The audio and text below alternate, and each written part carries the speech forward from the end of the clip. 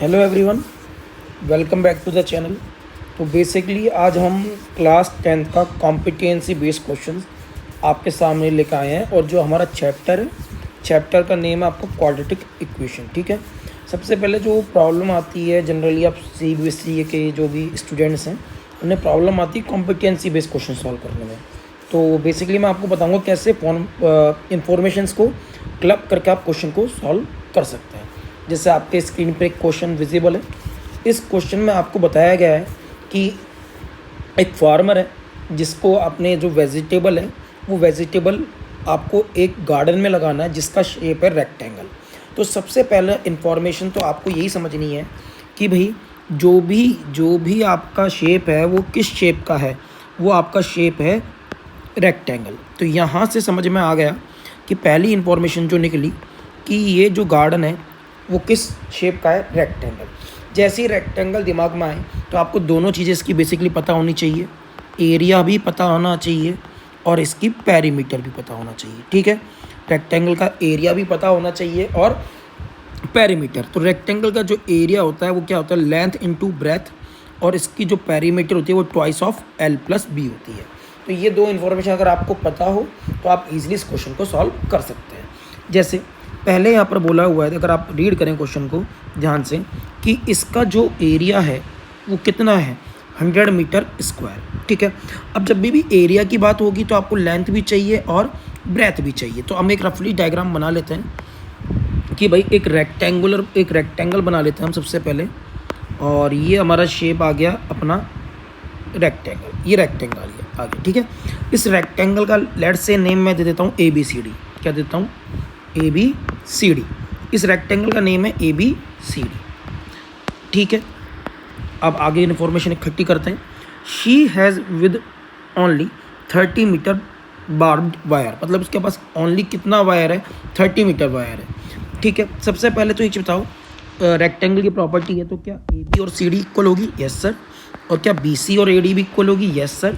इस डायमेंशन को मैंने X मीटर मान लिया है और इस डायमेंशन को मैंने Y मीटर मान लिया है। तो ऑब्वियसली अगर ये X है तो ये भी X होगी और ये क्या हो जाएगी आपकी Y।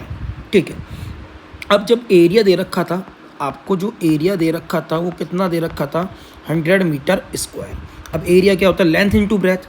तो लेट से मैंने लेंथ X मानी है और ब्रेथ Y मानी है, तो XY की वैल्यू कितनी हो गई, 100 हो गई। Equation number 1।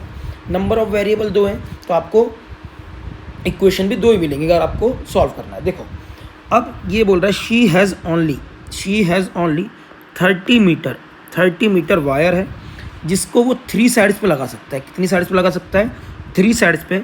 और 4th साइड इसकी क्या रह जाती है, आपकी ओपन रह जाती है, खाली रह जाती है। लेट से वो जो 3 साइड है मैंने कौन कौन सी मानी, AB, BC और CD पे वो लगा सकता है। अब इस पर क्या लगा रहा है, वायर लगा रहा है। क्या लगा रहा है, वायर। अब आप थोड़ा सा समझने की कोशिश करना कि अगर ये वायर लगा रहा है, इस पर वायर कैसे लगाएगा, वायर वो देखते हैं। देखो वायर लगाता है वो अपन, इस पर वायर कैसे लगेगा, ऐसे लग गया है वायर, फिर वायर ऐसे लगेगा और ये वायर ऐसे लगेगा। तो टोटल जो लेंथ यूज़ हुई वो वायर की कितनी यूज़ हुई, देखो टोटल जो लेंथ हुई वो कितनी हुई, AB + BC + CD, जो किसके इक्वल दे रखी है, 30 के equal.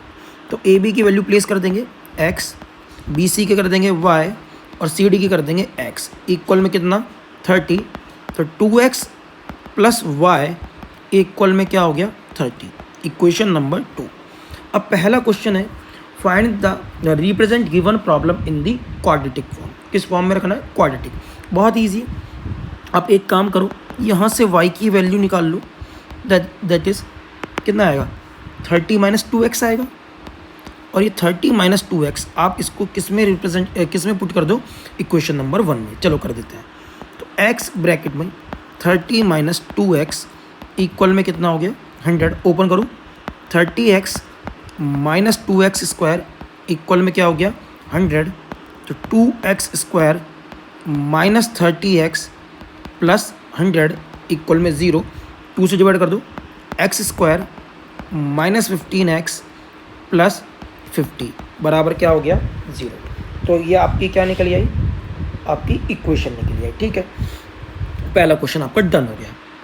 Find the length length निकाल लेते हैं, मिडिल टर्म स्प्लिट कर लेते हैं। अब मिडिल टर्म स्प्लिट क्या है, यहाँ पर कितना छुपा हुआ है 1, तो एक्स स्क्वायर का कोफिशिएंट कितना है 1, तो मल्टीप्लाई करने पर कितना 50 और ऐड करने पर कितना माइनस का 15, तो 10 और 5 हो गया -10 और -5, तो -10x -5x प्लस 50 इक्वल में कितना 0। क्या कॉमन आएगा आपके पास x -10 -5 कॉमन x -10, तो आपके पास कॉमन पूरे में से क्या आ गया x -10 और यहाँ क्या बचेगा आपके पास x -5। तो इसको इक्वेट करेंगे जब 0 के, तो x -10 बराबर 0 और x -5 बराबर 0, तो x की वैल्यू क्या आ गई 10 मीटर और x की वैल्यू 5 मीटर। अब आपके पास दो ऑप्शन है, x 10 भी हो सकता है और 5 भी, तो आपका सेकंड वाला क्वेश्चन भी हो गया। अब क्या बोल रहे हैं, if the length of the vegetable garden is 5। अब लेंथ की वैल्यू इन्होंने दे दी है, लेंथ अगर आपको कितनी दे दी है 5, ठीक है। लेंथ अपना अपन ने x लेके चलें, ठीक है। लेंथ अगर x की वैल्यू 5 दे दी, देखो ये हमारे पास इक्वेशन आई थी ना, इसमें x की जगह कितना प्लेस कर दो आप 5 प्लेस कर दो, तो y की वैल्यू कितनी होगी 30 - 2 × 5 कितना हो गया 30 माइनस कितना 10 कितना 20 मीटर। तो ये आपका क्वेश्चन हो गया, ठीक है। अब आगे चलते हैं तीसरे वाले क्वेश्चन पे, ठीक है। अब ध्यान से सुनना, if the length and breadth, length और ब्रेथ दोनों दे दी, ठीक है।